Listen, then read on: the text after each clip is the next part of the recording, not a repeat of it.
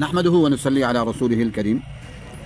हज़रत मौलाना तारिक जमील हफ़िज़हुल्लाह हमारे बुज़ुर्गों में से हैं, लेकिन कहीं कहीं बड़ी गलतियां कर जाते हैं, तो उस वक़्त फिर उनको तवज्जो दिलाना ज़रूरी है ताकि उनको देखकर और उलमा ये गलतियां न करें।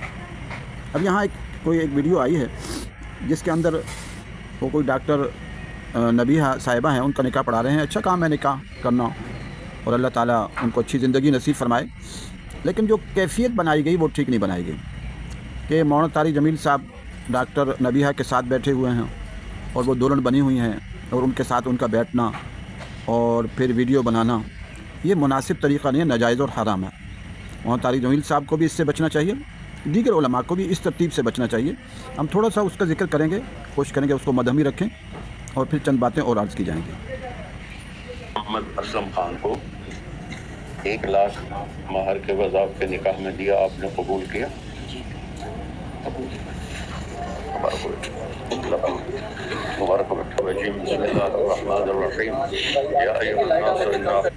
अब ये डॉक्टर नबीहा साहिबा के साथ हज़रत मौलाना तारिक जमील साहब बैठे हुए हैं और उसके साथ साथ हमारे यहाँ ये भी देखा करें कि दूल्हा जो लिबास पहनता है वो भी गैर शरई पहनता है। अब जो दूल्हा ने लिबास पहना हुआ वो भी गैर शरई है, वो कुरान और सुन्नत की रोशनी में सही नहीं है, उनका शेरवानी सही नहीं है, उनकी पगड़ी सही नहीं है और उनको दाढ़ी भी रखनी चाहिए। पहले कोशिश करा लेनी चाहिए कि तबलीग में 4 महीने लगवा लें, बाद में बहुत सारे मसाइल पैदा होते हैं। फिर डॉक्टर नबीहा साहिबा जो बैठी हुई हैं उनके साथ हज़रत मौलाना तारिक जमील साहब बैठे हुए हैं और वो दुल्हन बन के बैठी हुई हैं, उनके साथ हज़रत बैठे हुए हैं। तो ये इसमें कई गलतियाँ हुई।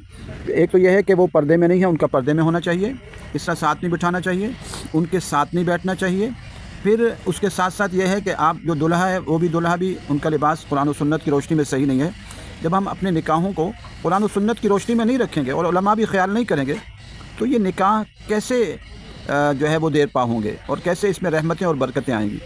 निकाह अल्लाह ताला की नेमत है, इसलिए दूल्हा और दुल्हन को और उनके सब रिश्तेदारों को ख्याल करना चाहिए कि यहाँ वीडियो ना बनाएं, तस्वीरें ना बनाएं और गाना बाजा तो वैसे भी नाजायज़ और हराम है। लेकिन उसके साथ साथ हज़रत मौलाना तारिक जमील हफ़िज़हुल्लाह जो उनके साथ बैठे और उनके साथ बैठे हुए हैं, उनका बैठना नाजायज़ हराम और उसके साथ साथ वीडियो बनाना उनके साथ नाजायज़ और हराम पूरी दुनिया में जाएगा। और मौलाना तारिक जमील साहब से ये भी गुजारिश है कि वो दाढ़ी को काला ना करें। उनका दाढ़ी को काला करना, उनकी माशाल्लाह काफ़ी मेरा ख्याल उम्र हो चुकी है, तो इस उम्र में दाढ़ी काला करना वैसे भी बुजुर्ग मना फरमाते हैं, दाढ़ी को काला करना उनके मुनासिब नहीं है, शान के मुनासिब नहीं है। अगर करना ही है तो थोड़ा सुर्खी और जो है काला मिला लें तो और बात है, लेकिन मुस्तकिल इस तरह काला करना ये मुनासिब तरीक़ा नहीं है। हम इस पर माज़रत ख़्वाह भी हैं, लेकिन चूँकि कुरान और सुन्नत का मसला है, शरीयत का मसला है, इसलिए हमने हज़रत को भी मुतवज्जे किया। और डॉक्टर नबीहा साहिबा माशाल्लाह अच्छे प्रोग्राम करती हैं जो हमारी मालूमात हैं। अल्लाह ताला उनके लिए और उनके शौहर के लिए इस निकाह को बाइस से बरकत बनाए।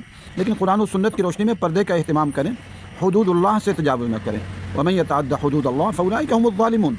तो न तो शौहर को, न बीवी को, न ख़ानदान को, न अज़ीज़ व अक़ारिब को, न उलमा को हुदूदुल्लाह से तजावुज़ नहीं करना चाहिए, वरना वो ज़ालिम बन जाएंगे।